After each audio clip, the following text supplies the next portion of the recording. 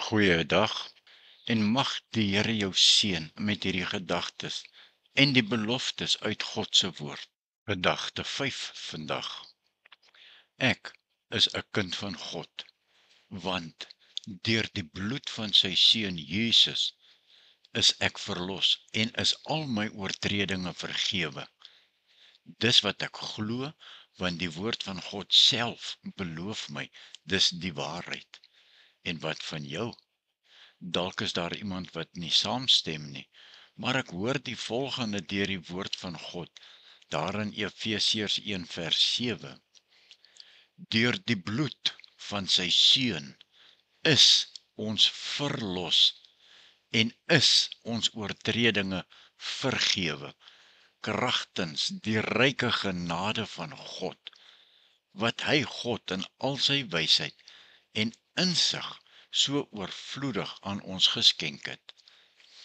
Efesiërs 1 vers 7 is soos 'n vars bries, direk van die Heilige Gees wat sê, in hom het ons die verlossing deur sy bloed, die vergifnis van ons sondes, na die rykdom van God se genade. Kom ons breek dit 'n bietjie dieper af, ons duik so 'n bietjie dieper, né?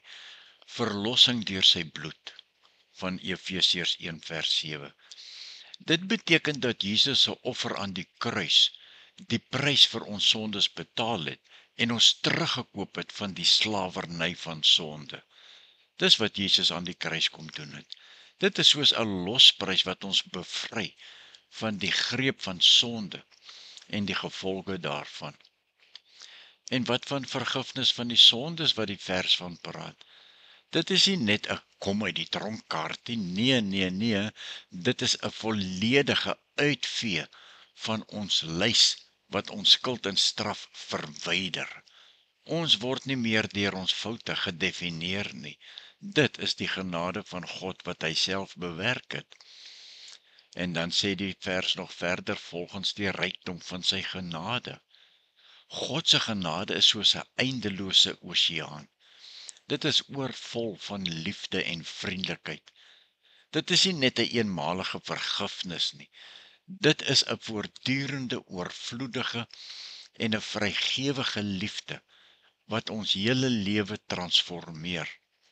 Dink so daaraan, né? Ons is soos krygsgevangenes en Jesus het die losprys betaal om ons vry te maak. Nou is ons nie net vry nie. Ons is aangeneem in God se familie deur wedergeboorte, met al die voorregte en die liefde wat daarmee gepaard gaan. En hierdie vers is 'n herinnering dat ons geliefd, gewaardeer en vergewe word. Nie as gevolg van wat ons doen nie, maar as gevolg van wat Jesus vir ons gedoen het. Ja, Efesiërs 1 vers 8 se betekenis sê ook daarso, om te skenk beteken om verniet te gee. God gee sy genade uit liefde en vrywillig aan die wat hy verlos en wat Jesus aangeneem het. Jy kan dit nie verdien nie, al span jy jou hoe in. God gee dit net omdat hy wil. Ja, hoe klink hierdie waarheid vir jou as goeie nuus? Bid en sê sommer nou vir Jesus dankie, dat hy sy bloed vir ons laat stort het, om ons te bevry van die sonde en die slawerny.